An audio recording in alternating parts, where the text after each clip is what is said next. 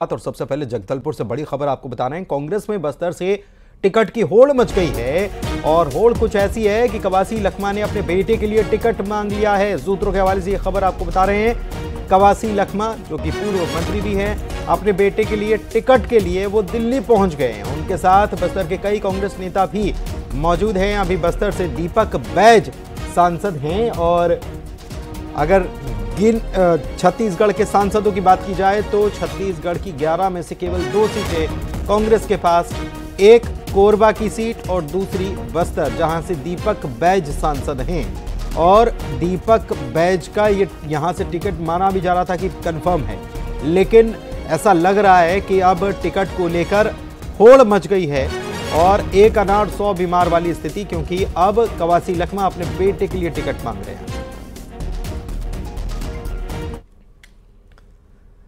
मनेंद्रगढ़ से खबर आपको बता रहे हैं। बीजेपी विधायक का कांग्रेस पर तंज देखने को मिला है। रेणुका सिंह ने कांग्रेस पर तंज कसा है और कहा है कि लखमा दीपक बैज में लड़ाई का बीजेपी को फायदा मिलेगा। उन्होंने कहा कि पहले भूपेश बघेल और टीएस सिंहदेव में लड़ाई चली और अब ऐसा लग रहा है कि लखमा और दीपक बैज में आपसी लड़ाई है। बस्तर में बीजेपी को इससे फायदा होगा, उन्होंने कहा। रेणुका सिंह ने बीजेपी विधायक जो हैं, उन्होंने बड़ा बयान देते हुए बड़ी जीत का दावा भी कर डाला। प्रदेश के पूर्व मुख्यमंत्री और टीएस बाबा के बीच में कुर्सी को लेकर लड़ाई चली और इस तरह अब सरगुजा से अलग हटकर बस्तर में कवासी लखमा और दीपक बैज के बीच में चल रही है। देखिए, वो प्रदेश अध्यक्ष रहते हुए, सांसद रहते हुए, एक युवा नेता होते हुए उस क्षेत्र की जनता ने उनको हरा दिया, बीजेपी को जिताया, तो आप समझ सकते हैं। और कवासी लखमा, उन दोनों के बीच में झगड़ा बहुत पुराना है, इसका हमें बस्तर में बहुत। और सुकमा से सत्यनारायण चांडक का हमारे संवाददाता हमारे साथ लाइव जुड़े हुए, सीधे उन्हीं के पास चलते हैं। सत्यनारायण, ये जो है ये विवाद कांग्रेस के नेताओं का आपसी विवाद ही सामने आ रहा है। ऐसा लग रहा है कि एक ही टिकट है और कई सारे दावेदार, क्या और भी दावेदार हैं, और कितनी मजबूती से दावेदारी रखी जा रही है कवासी लखमा की तरफ से अपने बेटे के लिए? जी, आपको बता दूं कि लोकसभा चुनाव जैसे नजदीक आ रहा है वैसे जो है चुनावी सरगर्मी तेज हो रही है। हाल ही में भाजपा ने अपना उम्मीदवार जो है महेश कश्यप को घोषित किया है। इसके बाद ऐसा लग रहा है कि कांग्रेस की तरफ से उम्मीदवारों की भीड़ लग गई है। आज बताया जाता है कि कवासी लखमा अपने पुत्र कवासी के साथ में दिल्ली में डेरा लगाए हैं। टिकट उन्होंने टिकट भी मांगा है। उनके साथ में बीजापुर विधायक जो है विक्रम मंडावी के साथ में और भी जिससे बस्तर विधायक जटेश्वर बघेल है और भी कांग्रेस के तमाम नेता वहां दिल्ली पहुंचे हैं और कयास लगाया जा रहा है कि वहां पर मंत्री कवासी लखमा ने जो है अपने पुत्र जिला परिषद अध्यक्ष सुकमा के इस कवासी के लिए टिकट मांगी है। वहीं पर और भी कांग्रेस के कई नेता है जो लगातार जो है टिकट मांगने का सिलसिला जो है शुरू हो चुका है, जबकि ऐसे कयास लगाया जा रहा है कि दीपक बैज जो है इस बार चुनाव नहीं लड़ेंगे।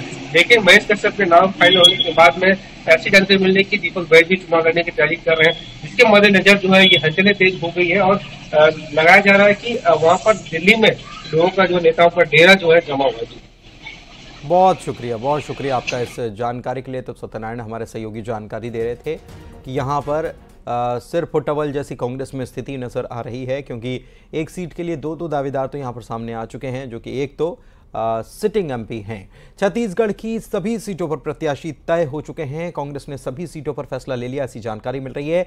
और कल जो बैठक हुई इसमें प्रत्याशियों पर सहमति बन चुकी है। 6 सीटों पर सिंगल नाम को हरी झंडी मिल चुकी है। सूत्रों के हवाले से ये खबर आ रही है।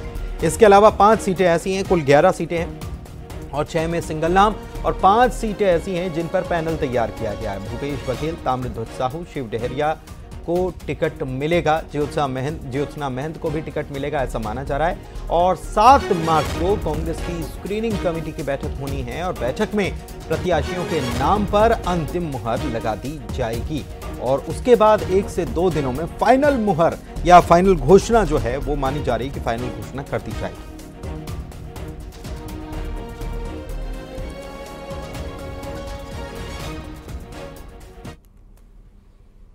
रायपुर से अयोध्या के लिए आस्था स्पेशल ट्रेन रवाना हो चुकी है। छत्तीसगढ़ के कुल 850 श्रद्धालु अयोध्या में श्री राम लला के दर्शन करने के लिए रवाना हो चुके हैं और सीएम विष्णुदेव साय ने ट्रेन को हरी झंडी दिखाई है। रामलला दर्शन योजना का शुभारंभ ये किया गया है। सीएम ने कहा है कि बिलासपुर और अंबिकापुर से भी ट्रेन रवाना होगी। मंत्रिमंडल के साथ भी अयोध्या जाने का सरकार का कार्यक्रम है, जैसा कि मध्य प्रदेश में। आज बड़ा सौभाग्य का विषय है कि मोदी की गारंटी में हमारी पार्टी का वादा था कि भारतीय जनता पार्टी की सरकार बनेगी तो रामलला दर्शन योजना लागू करेंगे, जिसमें सरकारी खर्चे पर राम भक्तों को भगवान राम का दर्शन कराया जाएगा। और आज मुझे बताते हुए खुशी हो रही है कि रामलला दर्शन योजना का शुभारंभ आज से हो रहा है। आज पहला ये ट्रेन हरी झंडी दिखाकर अयोध्या के लिए रवाना किए हैं। इसमें रायपुर संभाग के 850 राम भक्त, जिसमें माताएं बहनें भी हैं, सब अभी अयोध्या के लिए यहां पर रवाना हुए हैं। इधर छत्तीसगढ़ कांग्रेस अध्यक्ष जो हैं वो बीजेपी पर निशाना साध रहे हैं। दीपक बैज ने बीजेपी पर निशाना साधा है और कहा है कि चुनाव के लिए आस्था का इस्तेमाल बीजेपी कर रही है। आस्था अपनी जगह होती है, दर्शन अपनी जगह होता है, राजनीति अपनी जगह होती है। राम दर्शन के नाम पर सियासत करने का आरोप उनके द्वारा लगाया गया और शायद सरकार ने बस्तर में एक भी काम नहीं किया है, उनके द्वारा ये भी बड़ी बात कही गई। भारतीय जनता पार्टी चुनाव को देखते हुए इस तरह का प्रोपेगेंडा अपना रही है ताकि लोग दर्शन करने जाएं और भारतीय जनता पार्टी को वोट दें। हमने शुरू से कहते आ रहे हैं कि आस्था अपनी जगह पे है और दर्शन अपनी जगह पे है, लेकिन भारतीय जनता पार्टी छत्तीसगढ़ की जनता को भगवान राम के नाम से एक वोट बैंक के रूप में उपयोग करना चाहती है। ये और आइए अब आपको सुनाते हैं मोदी के परिवार पर सीएम विष्णुदेव साय और डिप्टी सीएम विजय शर्मा ने क्या कहा है। अब देखिए, कुछ लोग विरोध करते हैं कि मोदी जी का कोई परिवार नहीं है। अरे मोदी जी का तो पूरा देश है, 148 करोड़ लोग उनके परिवार के लोग हैं। धन्यवाद। व्यक्ति को जो दिन रात काम करते हो समाज के लिए, देश के लिए, उसको कहा जाए कि इनका परिवार नहीं है तो बताना तो पड़ेगा ना कि इनका परिवार है। भाई, हम सारे लोग उनके परिवार के सदस्य हैं, वो सबको परिवार मानते हैं, वसुधैव कुटुंबकम का भाव है उनका, और ऐसे बोला जाए तो ये तो गलत है ना। रायपुर से खबर आपको बता रहे हैं, कांग्रेस पार्षद ने अपना अनशन खत्म कर दिया है। दरअसल बीती रात से वो धरने पर बैठे हुए थे कांग्रेस के पार्षद और टैक्स वसूली में भेदभाव का आरोप उनके द्वारा लगाया गया था। निगम के राजस्व अधिकारी पर यह आरोप लगाए गए थे। बड़े बकायेदारों पर कार्रवाई नहीं करने के आरोप उनके द्वारा लगाए गए थे और जोन के अध्यक्ष हरदीप होरा पार्षदों के साथ धरने पर बैठे हुए थे। अब उन्होंने अपना अनशन जो है वो खत्म कर दिया है। बड़ी खबर आपको बता रहे हैं, टैक्स वसूली में भेदभाव का आरोप लगाते हुए ये अनशन शुरू कर दिया गया था कांग्रेस पार्षद के द्वारा, लेकिन कल रात से उनका ये अनशन जो था वो चला आ रहा था और आज उन्होंने अपना अनशन समाप्त किया।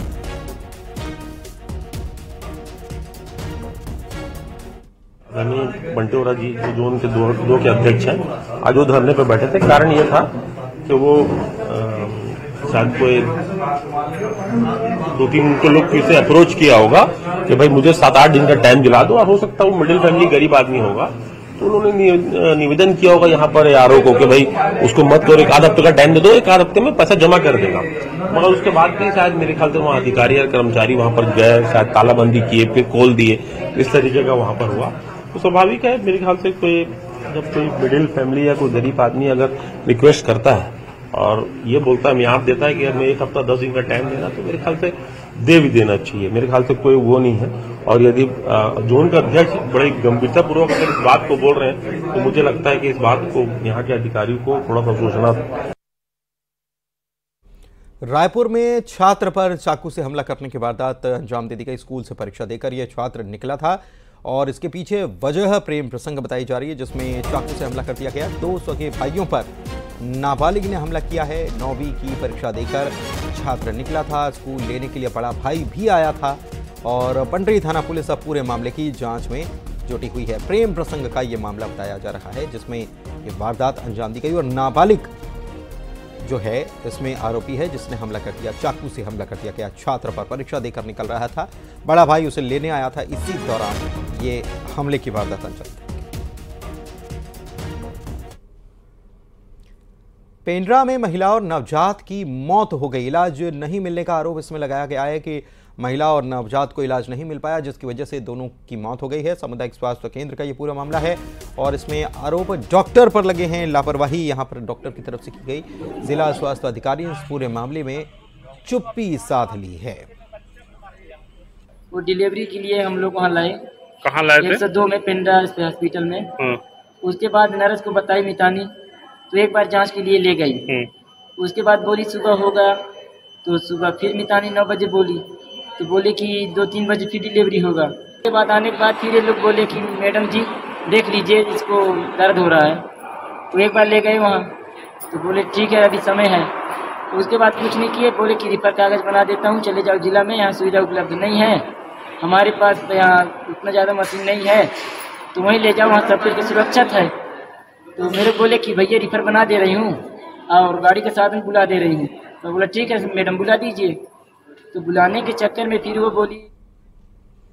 इधर कोरबा में शराबी शिक्षक का कारनामा देखने को मिला। शराब के नशे में धुत शिक्षक जो है स्कूल टाइम पर ग्रामीण के घर सोते हुए मिला है। ग्रामीणों ने शिक्षक को जमकर फटकार लगाई है और पोड़ी उपरोड़ा ब्लॉक के सरभोका गांव का ये मामला है। ग्रामीणों ने ब्लॉक शिक्षा अधिकारी को शिकायत की है और बीईओ ने इस मामले में उच्च अधिकारियों को ये जानकारी पहुंचा दी है। तस्वीरें भी आपको दिखाएं।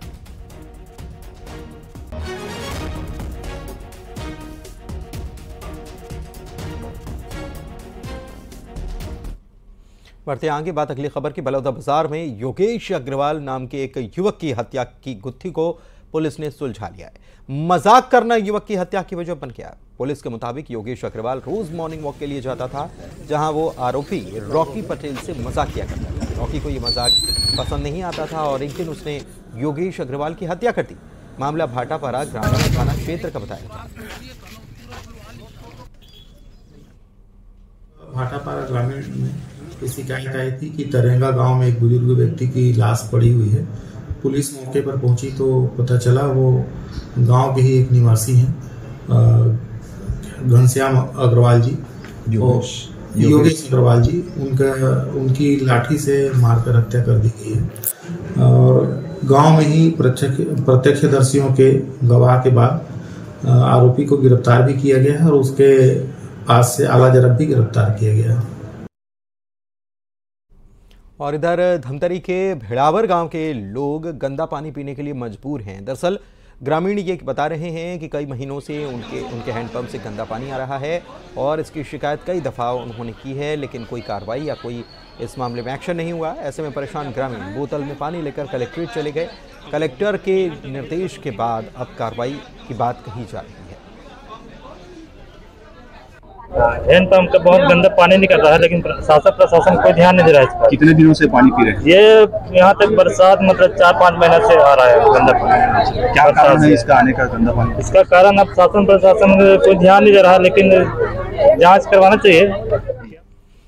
बढ़ते आगे और बात अगली खबर की। रायपुर में 11 साल के बाद मोवा अंडरब्रिज की मरम्मत कल से शुरू हो जाएगी। चंद घंटे की बारिश में ही दरअसल अंडरब्रिज में पानी भर जाता है और यातायात पूरी तरह से बाधित हो जाता है। अंडरब्रिज की रोड भी ख़राब हो चुकी है, सड़क का बेहद ख़राब है, लेकिन इसकी मरम्मत अब जाकर करने की बात कही गई है। 15 दिनों के लिए इसे बंद किया जाएगा। ये अंडरब्रिज थोड़ी सी बारिश या बरसात के दिनों में पूरी तरह से भर जाता है, यातायात पूरी तरह से बाधित होता है। और लेकिन अब कल से इस अंडरब्रिज के मरम्मत का काम चलेगा, सड़कों को बनाया जाएगा और 6 तारीख से लेकर के 6 मार्च से लेकर के 20 मार्च तक ये पूरा अंडरब्रिज है वो पूरी तरह से बंद रहेगा। ये बात कहा जा सकता है कि मोवा, सड्डू, पंडरी आने जाने वाले लोगों को काफ़ी परेशानियों का सामना करना पड़ सकता है। हालांकि एक ओवर ब्रिज भी है तो उसमें ट्रैफिक है वो जाम हो सकता है और एहतियात बरतने की ज़रूरत है। और सभी लोगों को इस अंडरब्रिज से जो आते जाते हैं उनके लिहाज से एक बड़ी खबर कही जा सकती है कि इसमें मरम्मत का काम चलेगा, जिसकी वजह से 20 मार्च तक यातायात पूरी तरह से बाधित रहेगा। और इसके जो पत्र हैं बाकायदा नगर निगम से लेकर के रेलवे प्रशासन ने सभी को जारी किया है। कैमरा पर्सन राजेंद्र चौधरी के साथ युगल तिवारी, न्यूज़ 18 रायपुर, छत्तीसगढ़।